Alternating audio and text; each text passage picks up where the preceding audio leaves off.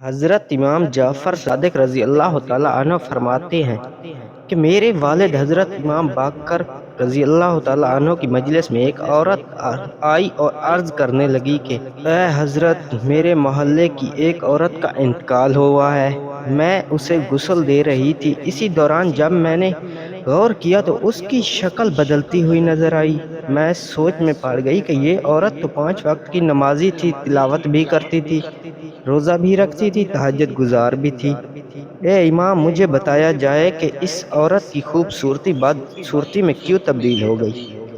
حضرت امام باقر رضی اللہ تعالیٰ عنہ نے فرمایا، اے اسلام کی شہزادی، کل جب آنا تو اس عورت کو ساتھ لے آنا جس عورت نے اس مردہ عورت کے ساتھ زیادہ وقت گزارا ہو۔ وہ چلی گئی۔ دوسرے دن وہ مردہ عورت کی ماں کو آپ رضی اللہ تعالیٰ عنہ کی خدمت میں پیش کیا۔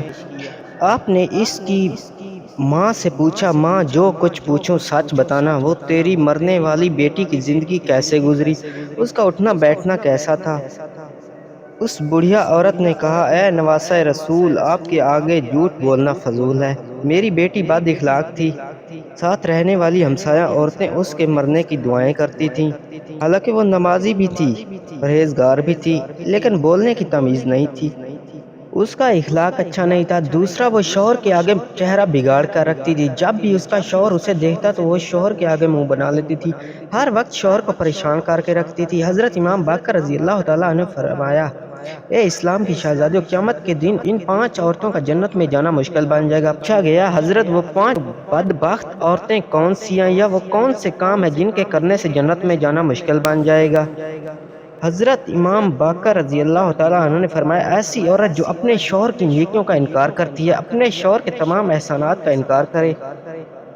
یہ جو جملہ ہے نا کہ آپ میں نے کبھی کوئی اچھائی نہیں دیکھی، آپ صلی اللہ علیہ وآلہ وسلم نے فرمایا، یہ جملہ نیکیوں کو، نمازوں کو، روزے کو، حج کو، تمام عبادات کو اس طرح کھاتا ہے جس طرح آگ لکڑیوں کو کھاتی ہے۔ آپ صلی اللہ علیہ وآلہ وسلم نے فرمایا، اگر کوئی شوہر اپنی بیوی کو محبت بھری نظروں سے دیکھے، پیار بھری نگاہوں سے دیکھے، آگے سے بیوی نہ مسکرائے، الٹا چہرہ بگاڑ لے اور شوہر کو پریشان کر دے، ایسی عورتوں پر اللہ تعالیٰ کا غضب پڑتا ہے۔ دوسری، وہ عورت جو اپنی زبان سے اپنے شوہر کو دکھ دیتی ہے، وہ بدبخت عورت جس کے بارے میں رسول صلی اللہ علیہ وآلہ وسلم نے فرمایا، باتوں باتوں پہ اپنے شوہر کو دکھ دینے والی عورت کی نہ تو نماز قبول ہوتی ہے اور نہ ہی کوئی اور عبادات، جب تک اس کا شوہر اس سے راضی نہ ہو جائے۔